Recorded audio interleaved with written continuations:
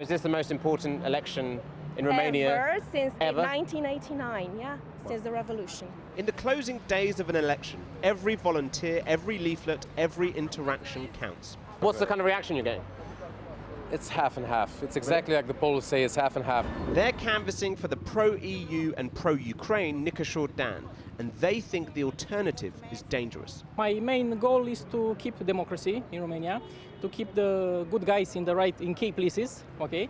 And So this is all about democracy, the future of democracy. Yeah. Dan is going head-to-head with the far-right nationalist George Simeon, a Eurosceptic, rabble-rousing outsider who wants to stop funding Ukraine's fight against Russia and who is a fan of the MAGA agenda. He's seen as the front-runner, feeding off a frustration among the Romanian people at not just a lack of change, but also anger about the state of their democracy. Because it was last November when this election first took place. The country was shocked when the pro-Russian candidate Călin Georgescu won the first round. He benefited from huge support online, especially TikTok, with declassified intelligence alleging that that was due to Russian interference.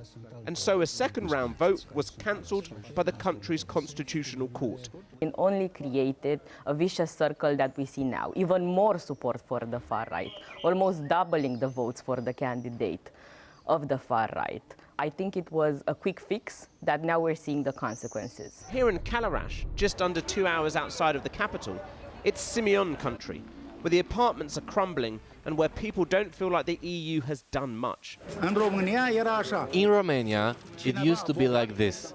There were rich people, a middle class and the poor. Now, the middle class no longer exists. It's just the rich and the poor. So has the EU been good for Romania? No. No. Will you vote for George Simeon or Dan? Cu George Simeon. And why? Simeon seems closer to our peasant soul. Because we're peasants, we work hard. But it's not all plain sailing for Simeon, with even some here concerned about taking such a risk. If Mr. Simeon wins, are you worried about the future? Yes, definitely. There's a big fear that we won't have justice anymore, that we'll lose our rights. Is this election really a battle of East versus West, or simply about voters tired of the old ways of politics?